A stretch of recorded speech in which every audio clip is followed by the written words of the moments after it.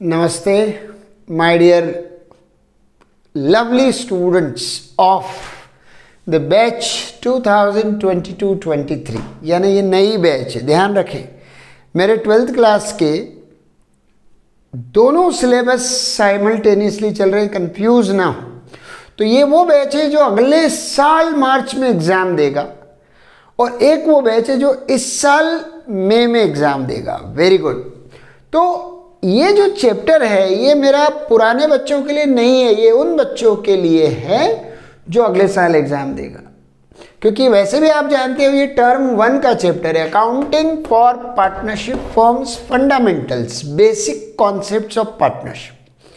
Basic concepts of partnership ये term 1 का chapter है।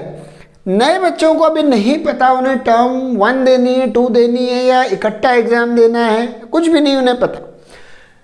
तो accounting for partnership chapter number 2 है आपकी पहली बुक का। पहला चैप्टर एनपीओ है, दूसरा ये यूनिट है एक बहुत बड़ा पार्टनरशिप अकाउंटिंग, 30 मार्क्स की एक बहुत बड़ी यूनिट है। और उस यूनिट के अंदर एक चैप्टर है जिसका नाम है फंडामेंटल्स और बेसिक कॉन्सेप्ट्स ऑफ पार्टनरशिप।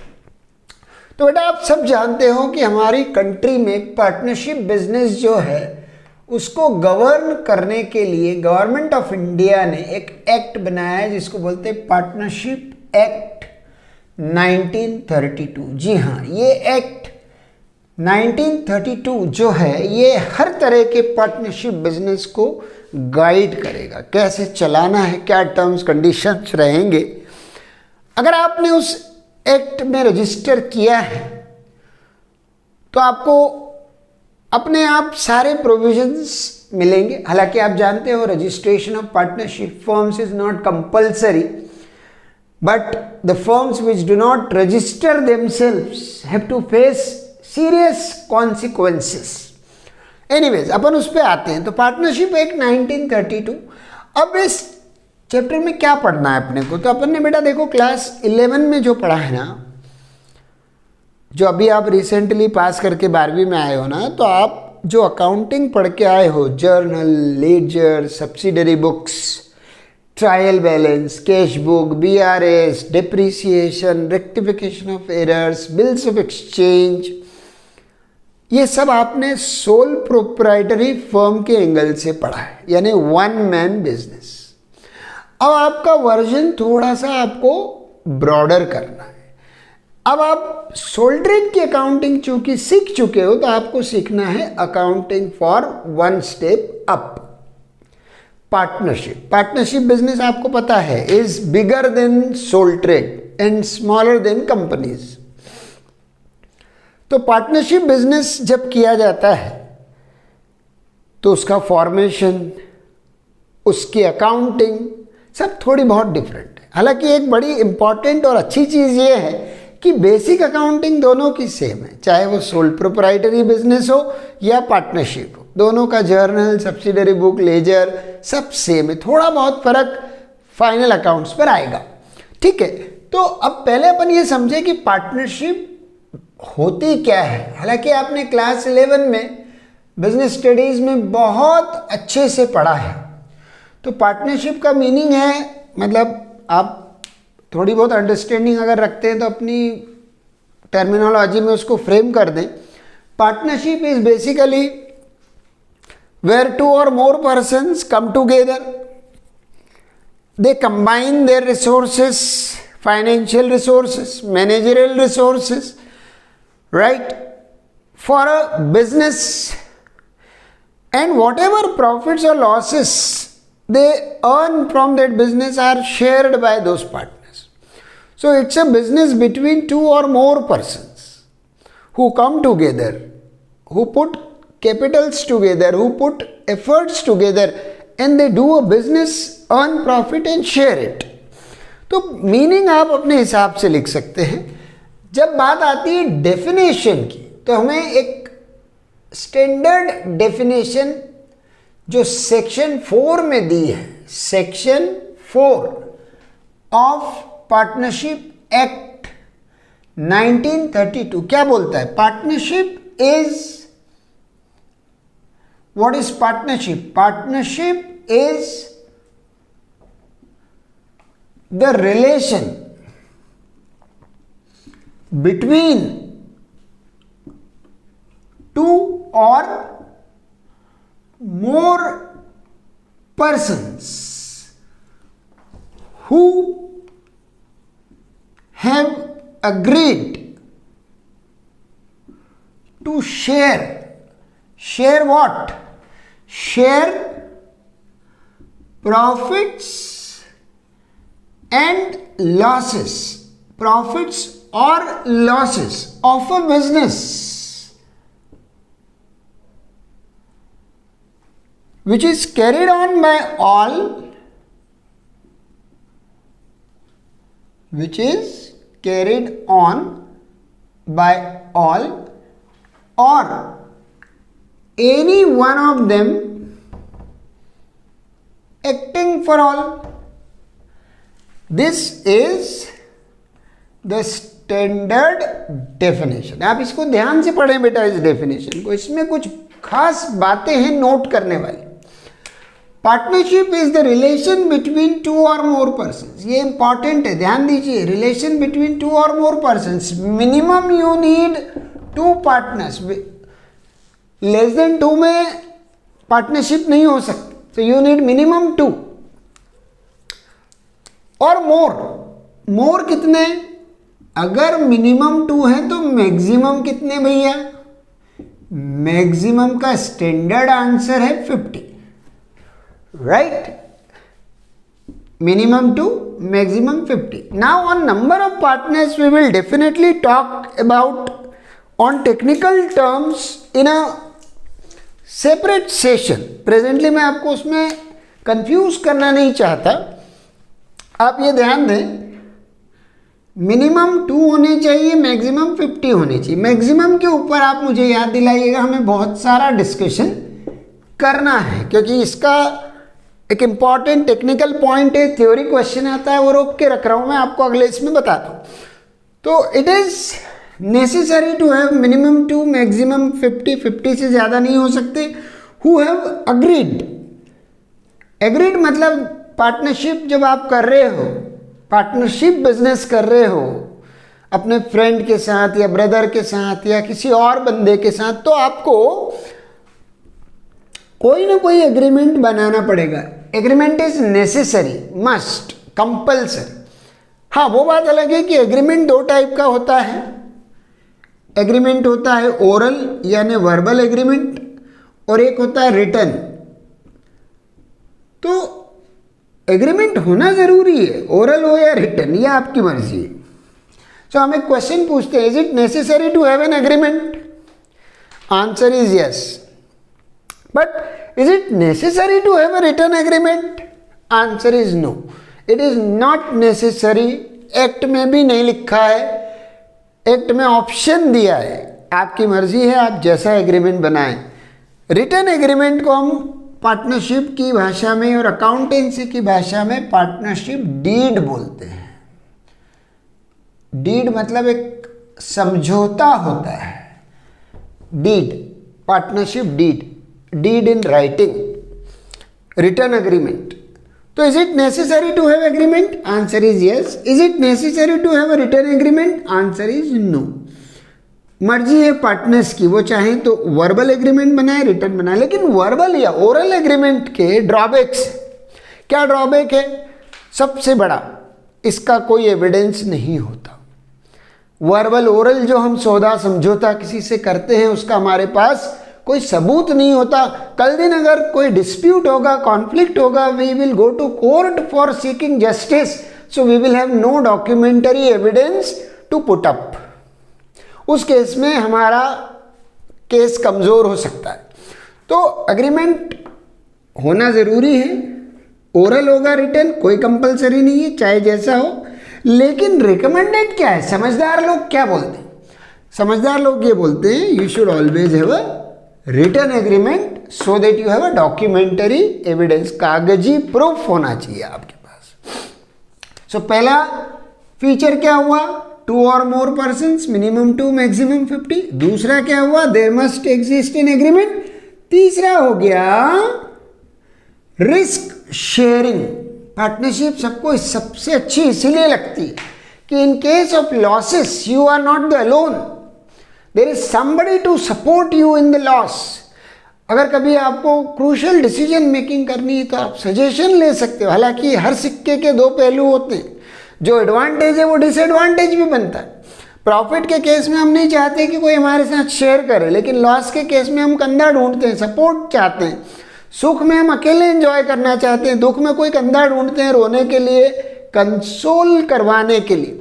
तो शेयरिंग हो जाती है पार्टनरशिप में, 2 और मोर पर्सन्स सजेशंस दे सकते हैं, आइडियाज़ दे सकते हैं। लॉसेस हो तो उसको बांट लेंगे तो एक अकेले इंसान के ऊपर आने वाला लॉस का लोड कम हो जाता है। Profits and losses of a business, so there must exist a lawful business. इसमें ऐसा बोला जाता है लीगल बिजनेस होना चाहिए। Business must be legal within the parameters of permitted business activities. आप ऐसा कोई बिजनेस फॉर्म नहीं कर सकते पार्टनरशिप में जो इलीगल हो, नहीं तो आप कहोगे कि 2 और मोर पर्सन्स रिटर्न एग्रीमेंट भी बना रहे हैं, प्रॉफिट लॉसेस शेयर भी करेंगे, हम एक बिजनेस शुरू कर रहे हैं बैंक रॉबरी का। तो साहब अगर आप बैंक रॉबरी का बिजनेस शुरू करना चाहते हो, बाकी की सारी शर्तें पूरी करते हो, तो क्या आपको पार्टनरशिप एक्ट में पार्टनरशिप बिजनेस का लाइसेंस मिलेगा? आंसर है नहीं मिलेगा, क्योंकि आप चाहे ये शर्त पूरी कर रहे हो 2 और मोर पर्सन्स, फिर आप कह रहे हो हमने रिटर्न एग्रीमेंट भी बनाया, फिर आप कह रहे हो हम लॉस प्रॉफिट बांटेंगे भी, मगर आपका बिजनेस कैसा हो गया? इलीगल। तो आपको सारी शर्तें पूरी करना पड़ेगी, यानी all the elements must be present in your business. So business has to be compulsorily lawful, which is carried on by all. Very nice. मतलब all the partners can jointly take part in the management of business, which is carried on by all. यानी सब मिलके उसको चला रहे हैं। All partners are active partners. कोई managing director है, कोई परचेज देख रहा है, कोई मार्केटिंग देख रहा है, कोई फाइनेंस देख रहा है, कोई अकाउंटिंग देख रहा है, सब मिलजुल के काम कर रहे हैं। ये हो गया कैरिड ऑन बाय ऑल।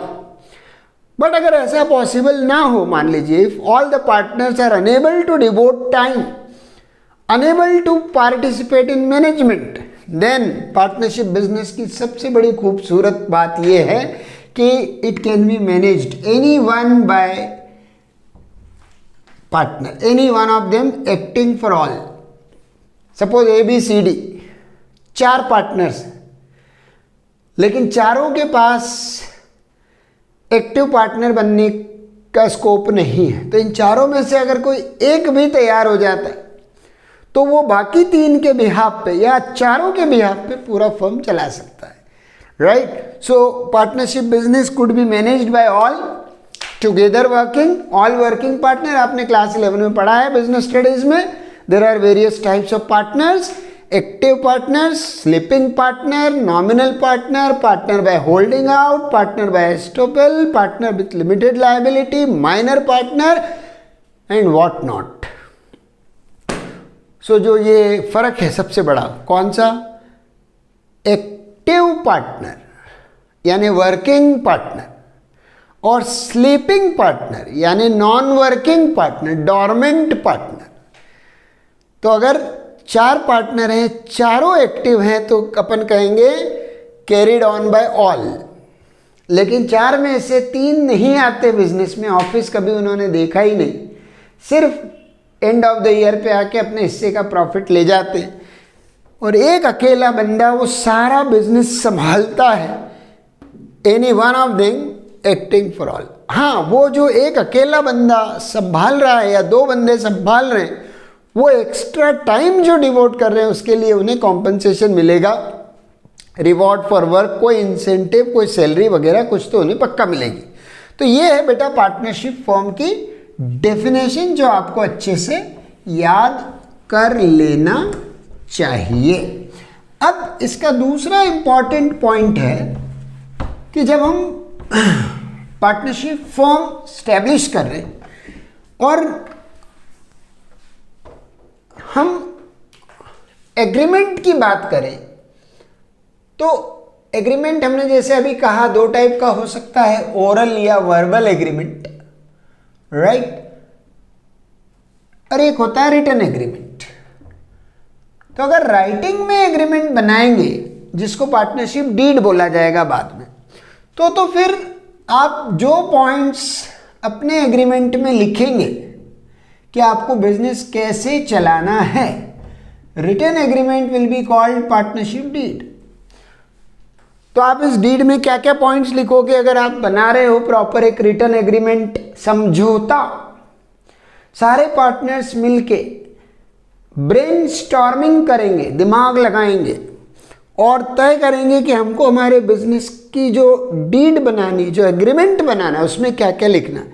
तो उसमें खासकर कौन से पॉइंट्स आते हैं, name of partnership firm, address of the principal, that is the headquarter, head office of business, work place का address, names and addresses of partners, right, also the nature of business, type of partnership, capital contribution made by each partner, profit sharing ratio, about interest on capital, about interest on drawings, about type of partners, whether working or non working partners, sleeping, dormant, active, जैसे भी partner है वो type लिखना पड़ेगा। Active partner को क्या salary मिलेगी, क्या इंसेंटिव्स मिलेंगे वो मेंशन किया जाएगा।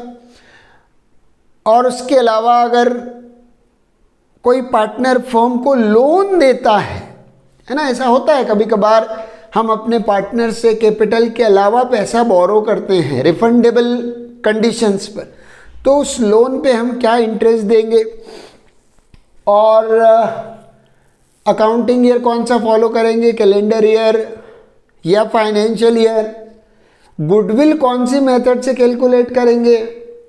कोई पार्टनर अगर नया ज्वाइन करना चाहता है, न्यू पार्टनर का एडमिशन होना है तो एडमिशन का प्रोसीजर क्या होगा। अगर एग्जिस्टिंग पार्टनर में से कोई रिटायर करता है तो रिटायरमेंट का प्रोसीजर क्या होगा, किस तरह से रिटायरमेंट को एग्जीक्यूट किया जाएगा। अगर किसी पार्टनर की डेथ हो जाती है, विच इज़ क्वाइट पॉसिबल, तो पहले से सोचना पड़ेगा कि इन केस कोई पार्टनर एक्सपायर कर जाए बीच में तो उसका अकाउंट कैसे सेटल होगा, क्या उसके घर के किसी वारिस को, नॉमिनी को, उत्तराधिकारी को पार्टनर बनाएंगे कि पैसा दे के हिसाब सेटल करेंगे। सो ऐसे बहुत सारे क्वेश्चंस होते हैं जिनके आंसर हम हमारे डीड में एडवांस में दे के रख सकते हैं। So partnership deed is a written document which is prepared on a stamp paper. Stamp duty act के हिसाब से इसमें स्टैम्प लगता है, सारे पॉइंट्स लिखे जाते हैं, सारी शर्तें लिखी जाती है, फिर सारे पार्टनर्स उसमें साइन करते हैं और उसका एक एक कॉपी हर पार्टनर को दिया जाता है और मेन कॉपी फर्म के ऑफिस में लॉकर में रखी जाती है। कभी भी फ्यूचर में कोई कॉन्फ्लिक्ट या डिस्प्यूट आता है तो हम हमारे एग्रीमेंट के हिसाब से उस डिस्प्यूट को सॉल्व करते हैं। तो मतलब रिटन एग्रीमेंट का बहुत इंपॉर्टेंस है बेटा। कभी कोई प्रॉब्लम आए, कॉन्फ्लिक्ट आए, डिफरेंस इन ओपिनियन आए, लड़ाई की बात आए तो आपको सोल्यूशन यहाँ मिल जाएगा और कोई भी इससे तेज नहीं चल सकता, right. So remember to have an agreement. Many times what happens, partners do not make an agreement, they believe in oral और वर्बल एग्रीमेंट और फिर कोई लड़ाई होती है। तो जब आपके पास रिटन एग्रीमेंट है ही नहीं, आपने ये वर्बल एग्रीमेंट बनाया ओरल, और फिर फ्यूचर में कोई डिस्प्यूट हुआ, अब आप कोर्ट का दरवाज़ा खटखटाओगे, न्याय मांगोगे, रिटन एग्रीमेंट है नहीं, लड़ाई हो गई, कोर्ट क्या बोलेगा। एक इंपॉर्टेंट टॉपिक पढ़ना, प्रोविजंस ऑफ पार्टनरशिप एक्ट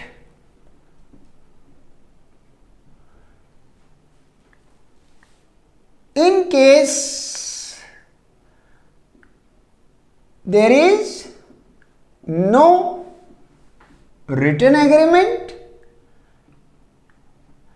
जब आपने रिटन एग्रीमेंट नहीं बनाया या एग्रीमेंट बनाया है बट वो कंप्लीट नहीं है, the deed is silent on certain points, आपने बहुत अच्छी कोशिश करके एग्रीमेंट तो बनाया, लेकिन एग्रीमेंट अधूरा बना, तो फिर आपको सोल्यूशन नहीं मिलेगा। आपने एग्रीमेंट बनाया ही नहीं तो सवाल ही नहीं उठता सोल्यूशन मिलने का। तो फिर ऐसे में हम रेफर करेंगे प्रोविजंस ऑफ पार्टनरशिप एक्ट 1932। हम रेफर करेंगे कि भाई साहब हमने डीड नहीं बनाई, यानी हमने ये डिसाइड ही नहीं किया कि प्रॉफिट शेयरिंग रेशियो क्या होगा। बिजनेस चालू कर दिया, कैपिटल लगा दी, काम शुरू हो गया, साल के एंड में बहुत सारा प्रॉफिट आ गया, अब लड़ाई हो रही कौन कितना प्रॉफिट लेगा। तो देखिए प्रोविजंस में खास खास जो बातें लिखी है, पहला पॉइंट है equal sharing of profits and losses. Profits and losses are shared in equal proportion irrespective of capital. Profit sharing ratio will be equal. अगर 3 पार्टनर है तो 3 बराबर पार्ट होंगे, 4 है तो 4 और 2 है तो 50-50। Irrespective of capital, irrespective of senior junior और whatever other factors matter. Deed नहीं बनाई, रेशियो नहीं तय किया, profits and losses will be shared equally. अगर आपका partner interest on capital demand कर रहा है या फर्म उनसे इंटरेस्ट ऑन ड्राइंग्स डिमांड कर रही है और एग्रीमेंट है ही नहीं या है तो साइलेंट है, तो प्रोविजन ऑफ पार्टनरशिप एक्ट 1932 कहते हैं no interest to be charged from partners on their drawings and no interest to be allowed to partners on their capital. यानी ना तो आपको इंटरेस्ट ऑन कैपिटल मिलेगा, नो आईओसी, ना आप इंटरेस्ट ऑन ड्राइंग दोगे, no IOD. So no IOC can be charged and no IOD to be charged. लगेगा ही नहीं, ना फर्म देगी इंटरेस्ट ना फर्म लेगी इंटरेस्ट। तीसरा point about remuneration, that is incentives. अगर आप बिजनेस में वर्किंग पार्टनर हो तो आपको तय करना चाहिए कि आप काम के बदले क्या सैलरी या कमीशन या इंसेंटिव एक्सपेक्ट कर रहे हैं। तय करके आपको दूसरे पार्टनर्स की नॉलेज में लाना चाहिए, उनकी कंसेंट लेना चाहिए और रिटर्न एग्रीमेंट का उसे एक पार्ट बनाना चाहिए। लेकिन आपने क्या किया, धर्मशाला सिस्टम, फॉर्म बनाई, काम करना चालू कर दिया, ये तय किया ही नहीं मेरी सैलरी क्या होगी। तो अगर आपने रेम्यूनरेशन की कोई बात नहीं तय की है तो आंसर है no remuneration to be allowed to such partners. Any working partner, no remuneration, whatever amount of time you devote, 24 घंटे वहीं रहो, कोई दिक्कत नहीं है, आपको सैलरी नहीं मिलेगी। बड़े टफ प्रोविजन से पार्टनरशिप एक्ट 1932 के बेटा। चौथा है, अगर किसी पार्टनर ने आउट ऑफ द वे जाके फर्म को कैपिटल के अलावा फाइनेंशियल हेल्प की है ना, लोन दिया है, तो उसे क्या निराश कर दें, कह दें उसे तुम्हें भी कुछ इंटरेस्ट नहीं मिलेगा, no IOC, no IOD, no IOC no IOD. क्या उसे भी कह दें नो इंटरेस्ट ऑन लोन? कर मत देना ऐसा, आप परेशान हो जाओगे। रीज़न क्या है, कोई देगा ही नहीं फिर लोन। अगर मुझे पता है कि ये मेरी फर्म है, मैं इसमें पैसा लगाऊं, ब्याज कुछ मिलना नहीं है, तो मैं फर्म को क्यों दूं? बैंक में नहीं डिपॉजिट करूं, या म्यूचुअल फंड में नहीं लगाऊं, या किसी और ऐसी जगह लोन ना दूं जहाँ से ब्याज मिलेगा। तो यहाँ पर एक्ट में थोड़ा सा लॉजिकल सॉल्यूशन दिया है। 6% per annum interest is payable by firm to partner. So interest on partners loan will be how much? At the rate 6% per annum. तो ये कुछ इंपॉर्टेंट है, अभी तो ढेरों और प्रोविजंस आएंगे, लेकिन सवाल करते समय काम आने वाले ये 4 हैं। मेरे साथ दोहराओ, Equal sharing of profits and losses, no interest on capital, no interest on drawings, no remuneration and 6% IOL। मैं कोई कांग्रेस का प्रचार नहीं कर रहा यहाँ पर, पंजा देख के आप ये ना समझें, राइट। हम 5 बातें बता रहे हैं। Equal sharing of profits and losses, no interest on capital, no interest on drawings, no remuneration to any partner, but if any partner has given loan to the firm, interest at the rate 6% per annum shall be paid to him necessarily, right। तो ये तब की बात है जब कोई समझौता नहीं हो। अगर समझौता है तो फिर समझौते के हिसाब से चलेंगे ना। मान लीजिए आपने लिखा हुआ है कि मैं आपको लोन दे रहा हूँ और 8% ब्याज लूंगा, तो फिर 8% देंगे। आपने समझौते में लिखा है कि मैं 5% ब्याज लूंगा, तो फिर 5 देंगे। ये कब की बात कर रहे हैं बेटा हम? ये चारों पॉइंट कब याद रखने हैं हमको? जब समझौता है ही नहीं या समझौता अधूरा है, इनकम्प्लीट है। Very good.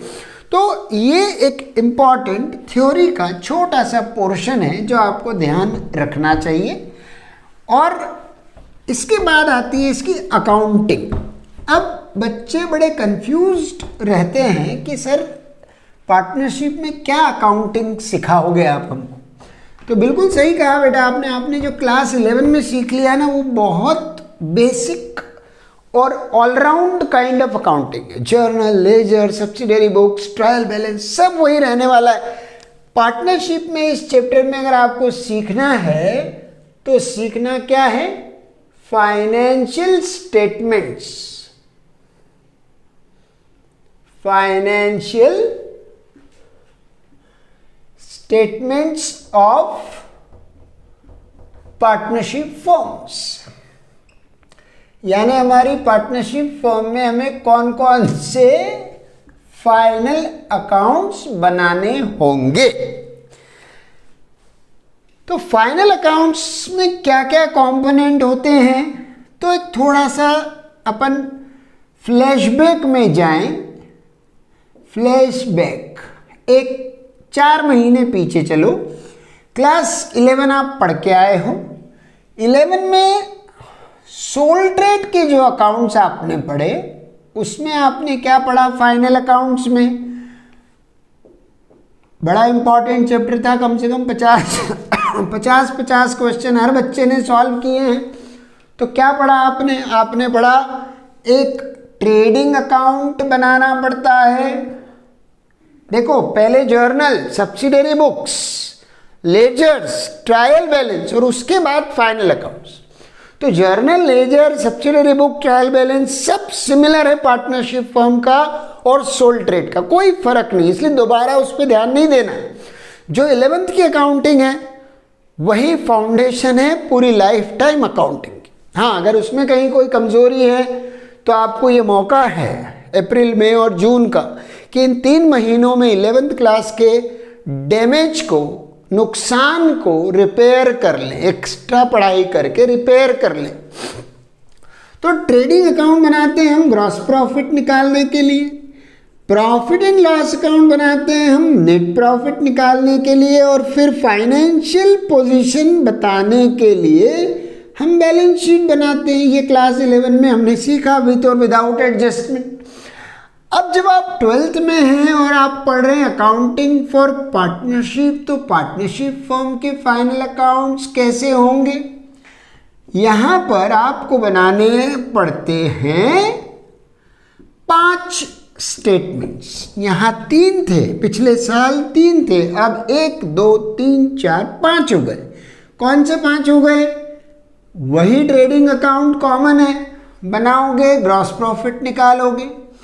Profit and loss account common है, बनाओगे नेट प्रॉफिट निकालोगे। फिर आएगा एक नया अकाउंट जिसका नाम है profit and loss appropriation account.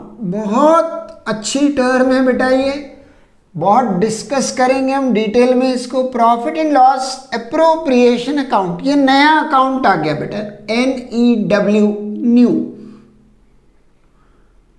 ठीक है। इसके बाद आपको नंबर 4 पे बनाना होगा partners capital account. Partners capital account मैं नया तो नहीं बोलूंगा इसको, लेकिन फाइनल अकाउंट्स के अंदर ये लेजर का पहली बार सीखेंगे आप, इसलिए मैंने इसके आगे न्यू लिख दिया है। और लास्ट बैलेंस शीट। तो अब देखिए बैलेंस शीट वही है जो हम पिछले साल बनाते थे, A is equal to L plus C, principle of duality, double entry system. तो जो पहला है ट्रेडिंग अकाउंट वो पिछले साल ऑलरेडी सीखा है अपने, P&L ऑलरेडी डन है। तो ये दोनों अकाउंट पुराने हैं, इसलिए इस चैप्टर में इनको इंक्लूड नहीं किया गया है। हम ये मान के चल रहे हैं कि आपने पिछले साल ट्रेडिंग अकाउंट P&L अकाउंट अच्छा पढ़ लिया और आप उसे याद रखते हैं। हालांकि ज़रूरत पड़ी तो रिवाइज करवाएंगे, ऐसा नहीं है मना करेंगे, मगर ये पहले भी थे अब भी हैं ट्रेडिंग P&L, तो इस बार अपने को इस चैप्टर में इन्हें नहीं पढ़ना है। और बैलेंस शीट का भी कुछ ऐसा ही है, पिछले साल जैसी ही है, तो उसे भी हमें नहीं डिस्कस करना है। तो हमें इस चैप्टर में क्या डिस्कस करना होगा, मेनली अकाउंट नंबर 3 और 4, प्रॉफिट एंड लॉस अप्रोप्रिएशन। आपने क्लास 11 में एक चैप्टर पढ़ा है डिप्रिसिएशन के साथ, रिजर्व्स एंड प्रोविजंस या प्रोविजंस एंड रिजर्व्स, एक चैप्टर था provisions and reserves. Provisions are charge against profit while reserves are appropriation of profit.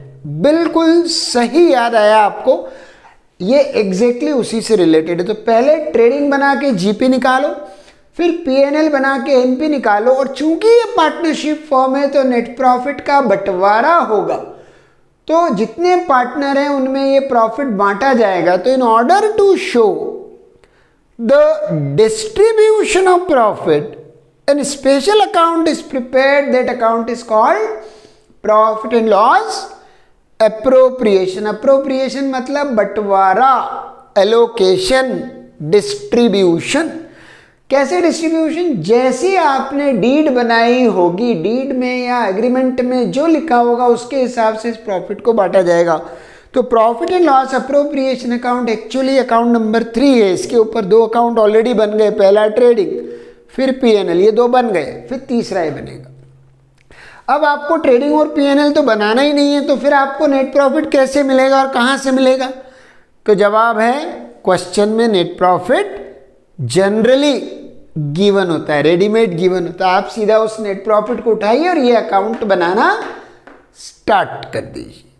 तो हम अगले वीडियो में डिस्कस करेंगे ये अकाउंट कैसे बनता है, इसका मीनिंग क्या है, कौन सी बातें इसमें ध्यान रखनी है, क्या इसमें रिकॉर्ड करते हैं, क्या रिकॉर्ड नहीं करते।